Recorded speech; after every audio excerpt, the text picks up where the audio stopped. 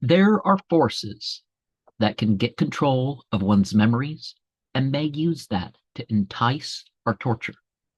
The non human forms are not on the physical level. Some answers are not worth the risk asking. Desperation and distraction doesn't always stifle the danger. Sometimes a connection is the weak link. To defeat enemies, we must risk ourselves.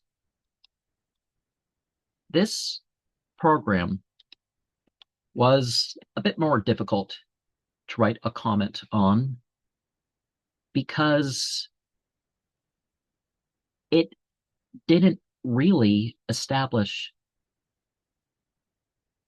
a backing story that would give much meaning and purpose to it all.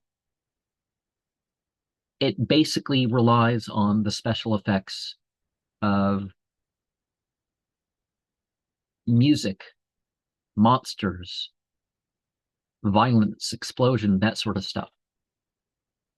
It's not terribly advanced in what it uses, certainly more than an amateur is going to do.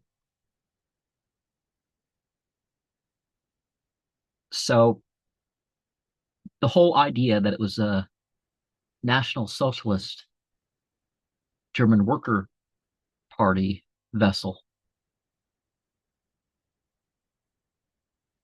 didn't really serve anything for the story other than that the people who came on to the ship that you see there were of an allied force, and they were, floating around on a life raft.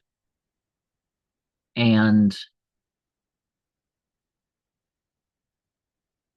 true vampirism does use psychic and physical forces, but it's not that you turn into a physical bat or anything like that. Now, your astral form can change into that.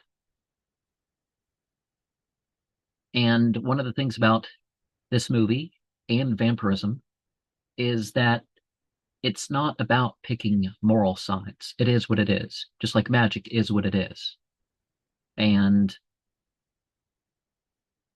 in that, or if you actually pick a side, it's more about other things than it is about your ancestry or your nation.